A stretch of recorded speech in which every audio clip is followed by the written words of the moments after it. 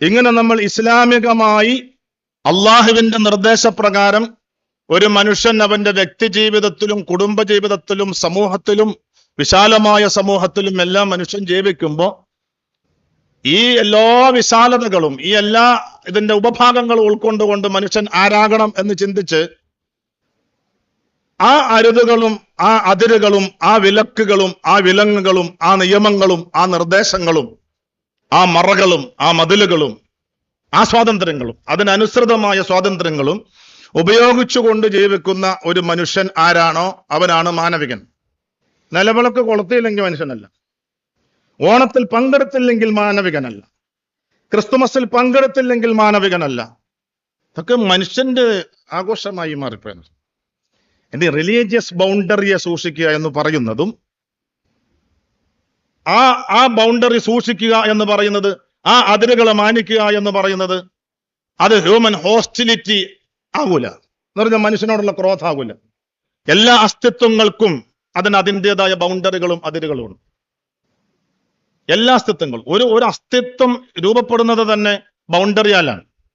അതുകൊണ്ടാണല്ലോ ഹദ് എന്ന് പറയുന്നത് തന്നെ. ഒരു സംഗതിയുടെ ഹദ് എന്ന് പറയുന്നത് അതിന്റെ അതിരാണ്. അതിര് വരുമ്പോഴേ സാധനം വരൂ.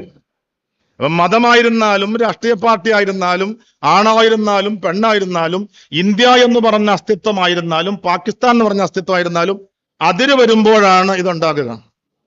അപ്പൊ ഒരു ഐഡിയോളജിയുടെ അതിര് പാലിക്കുക എന്ന് പറയുന്നത് ആ അതിനകത്തേക്ക് മറ്റൊരാൾ കടക്കാതെ സൂക്ഷിക്കുന്നതും അതിൽ പെടാത്ത ഒരാൾ കടക്കാതെ സൂക്ഷിക്കുന്നതും, നമ്മുടേതല്ലാത്ത അതിരുകളിലേക്ക് നമ്മൾ കടന്നു പോയാൽ നമ്മുടെ ഐഡിയോളജി തകരും എന്നുള്ളിടത്ത് നമ്മൾ പോകാതിരിക്കലും ആ ഐഡിയോളജിയുടെ ബൗണ്ടറി സൂക്ഷിക്കലാണ്.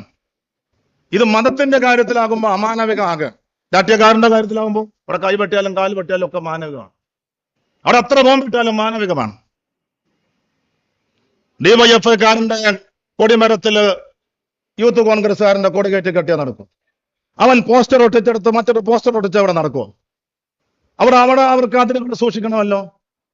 എന്നാൽ പിന്നെ ഇസ്ലാമികമായ അതിന്റെ അപ്പുറത്ത് നിൽക്കുന്ന മതപരമായ മറ്റൊരു ബൗണ്ടറിക്ക് അകത്തുള്ളതാണ് ഓണം. ഇത് തമ്മിൽ കൂട്ടിക്കലർത്താൻ പാടില്ല എന്ന് നമ്മൾ പറയുമ്പോൾ അതെന്താ മനസ്സിലാകാത്തത്?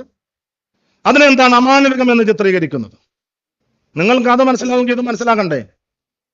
അവിടെ നിങ്ങൾ ചോര കൊടുത്തും സംരക്ഷിക്കും, അല്ലെ? കാല് വെട്ടിയും സംരക്ഷിക്കും. കശാപ്പ് മുട്ടിയിലെ ഇരയെ പോലെ ആടിനെ പോലെ അറുത്ത് നിങ്ങൾ സംരക്ഷിക്കും. ഞങ്ങൾ ഇതൊന്നും പറഞ്ഞില്ലല്ലോ.